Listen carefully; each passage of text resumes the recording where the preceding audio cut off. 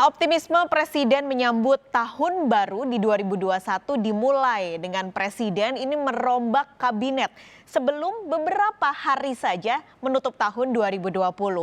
Menteri baru Kabinet Indonesia Maju. Nah, perombakan ini terjadi saat kondisi sedang tak biasa, Saudara. Maka wajah baru ini tentu punya tanggung jawab, lalu juga PR besar mengatasi pandemi dan juga memutar ekonomi. Nah, wajah boleh baru, tapi sebenarnya keenam calon menteri yang kemarin diumumkan dan akan dilantik hari ini adalah wajah-wajah lama di kancah politik dan juga ekonomi Indonesia.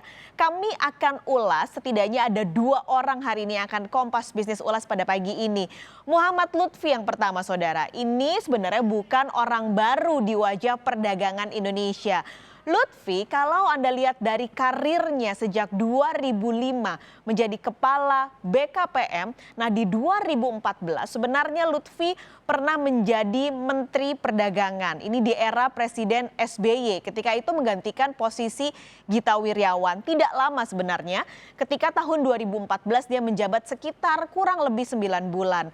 Selain menjadi Menteri Perdagangan dan Kepala BKPM, Lutfi juga pernah menjajal sebagai Duta Besar Republik Indonesia untuk Jepang di 2010 hingga 2013 dan baru saja sebenarnya terpilih ini menjadi Duta Besar Republik Indonesia untuk Amerika Serikat. Baru saja terpilih di bulan September, berarti baru sekitar 3-4 bulan lalu Lutfi ditarik kembali dari Washington untuk kembali ke Indonesia, ini menduduki posisi Menteri Perdagangan. Ada beberapa PR besar ini yang harus ditangani Muhammad Lutfi, calon Menteri Perdagangan di saat pandemi seperti ini. Pertama, soal neraca dagang, Saudara, ekspor impor. Kalau melihat data yang dirilis oleh BPS, memang beberapa bulan terakhir Indonesia ini angkanya surplus neracanya. Tapi ingat ya, angka neraca perdagangan ini sebenarnya bisa dibilang agak anomali karena pandemi. Benarkah memang ekspor Indonesia yang lebih besar karena impornya bisa ditekan atau karena memang tidak ada pergerakan impor karena masih pandemi? Itu pertanyaannya. Nah, harusnya saat pandemi seperti ini bisa jadi momentum, Saudara, untuk mencari peluang pasar baru ekspor Indonesia. Jadi nanti ketika pandemi selesai, surplusnya adalah benar-benar surplus yang nyata, bukan hanya anomali. Itu soal neraca dagang. Sementara kalau di dalam negeri, kestabilan harga pokok ini tentu harus dijaga. Apalagi daya beli masyarakat lagi terganggu, sedang hitungannya lagi rendah lah. Nah, daya beli ini harus dijaga dengan menjaga harga-harga bahan pokok. Biasanya nih musim Natal Tahun Baru pasti ada aja harga bahan pokok yang naik. Kemarin dari pantauan tim liputan kami sudah ada yang naik seperti telur, lalu juga harga ayam. Ini mulai merangkak perlahan tapi pasti naik harganya dan cukup melesat. Nah, tidak hanya itu, yang terakhir adalah soal pengaturan keran impor untuk beberapa komoditas yang tentu kerap kali jadi masalah, Saudara. Arus barang ini tentu akan berjalan dengan baik di Kementerian Perdagangan, itu janjinya. Nah, Lutfi berjanji akan setransparan mungkin membawahi Kementerian Perdagangan ini. Pada saat yang bersamaan saya akan berjanji karena Menteri Perdagangan itu kalau dianalogikan sama seperti wasit bertinju. Pembeli penjualnya adalah petinjunya dan rakyat Indonesia adalah penontonnya. Ketika wasit tidak melakukan sesuatu dengan hal yang semestinya dilakukan, penonton dan petinju-petinju ini akan melihat kecurangan ataupun kekurangan. Oleh sebab itu, saya akan berjanji menjadi transparan. Kementerian ini akan memastikan juga bahwa ekonomi Indonesia harus berjalan secara baik, secara efisien untuk mensejahterakan bangsa dan negara. Semoga bukan sekedar janji ya untuk menjadi wasit yang transparan karena akar dari neraca dagang Indonesia ini ada di Kementerian Perdagangan. Nah, kita geser. Yang kedua akan kami ulas adalah Budi Gunadi Sadikin. Ini menarik dan cukup banyak jadi pro kontra karena Budi Gunadi Sadikin ini jadi Menteri Kesehatan pertama di Indonesia yang bukan berlatar belakang dokter, Saudara. Jadi kalau Anda melihat ini dari karir yang sudah dilakukan sudah dijajaki oleh Budi Gunadi Sadikin, ini tidak ada sebenarnya yang nempel sama sekali dengan bidang kesehatan, meskipun pendidikannya bukan bidang kesehatan dan bukan dokter. Jadi tentu tuntutannya ini lebih besar. Adaptasinya harus cepat di Kementerian Kesehatan, apalagi saat pandemi seperti ini. Nah, melihat pemilihan Budi Gunadi Sadikin sebagai calon Menteri Kesehatan yang hari ini juga akan dilantik, Presiden sebenarnya berharap supaya ini fokusnya Kementerian Kesehatan bisa memperbaiki tata kelola sistem kesehatan.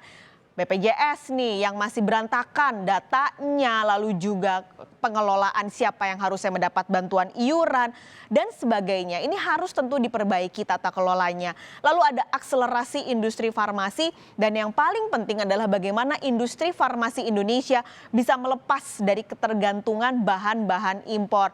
Kalau melihat dari karir Budi Gunadi Sadikin, yang pertama ketika itu 2013 sampai 2016 Budi Gunadi menjadi Direktur Utama Bank Mandiri, lalu menyusul menjadi staf khusus Menteri BUMN. Ketika itu Menteri BUMN-nya adalah 2016 hingga 2017.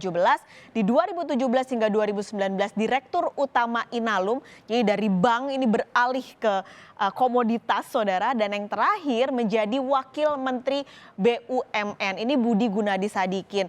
Banyak yang bilang kok bisa sih bukan dokter jadi Menteri Kesehatan. Tapi kalau melihat pengalaman negara-negara lain, sebenarnya Indonesia ini bukan satu-satunya negara yang punya Menteri Kesehatan bukan dokter, saudara. Tidak punya pengalaman atau tidak punya pendidikan sebagai dokter. Ada beberapa negara seperti Jepang, lalu juga Singapura, Australia, Arab Saudi ini juga memilih pemimpin otoritas atau Kementerian Kesehatan dari mereka yang latar belakangnya non-medis. Nah, informasi terkininya, saudara, Budi Gunadi Sadikin nanti akan didampingi oleh wakil menteri yang kabarnya adalah berlatar belakang dokter.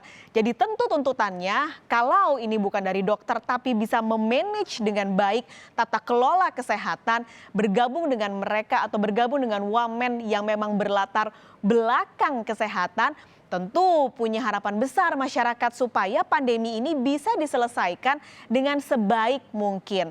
Jadi Budi Gunadi Sadikin juga bilang sinergi dengan pemerintah daerah, pemerintah pusat, asosiasi pengusaha ini nantinya akan dilakukan untuk membuat sebuah sistem layanan kesehatan yang lebih mumpuni. Kami akan berikan kepada Anda pernyataan Budi Gunadi Sadikin. Kita bisa membangun sistem layanan kesehatan publik yang kuat dan siap mengatasi masalah SARS-CoV-2 ini. Dan kita juga bisa mempersiapkan sistem layanan kesehatan publik yang siap, kuat, mumpuni, agar generasi sesudah kita bisa menghadapi SARS-CoV-3 atau SARS-CoV-4 yang kita tidak tahu kapan datangnya. Jadi sudah ada 6 orang yang terpilih untuk mengisi pos-pos menteri, siapapun saudara yang terpilih.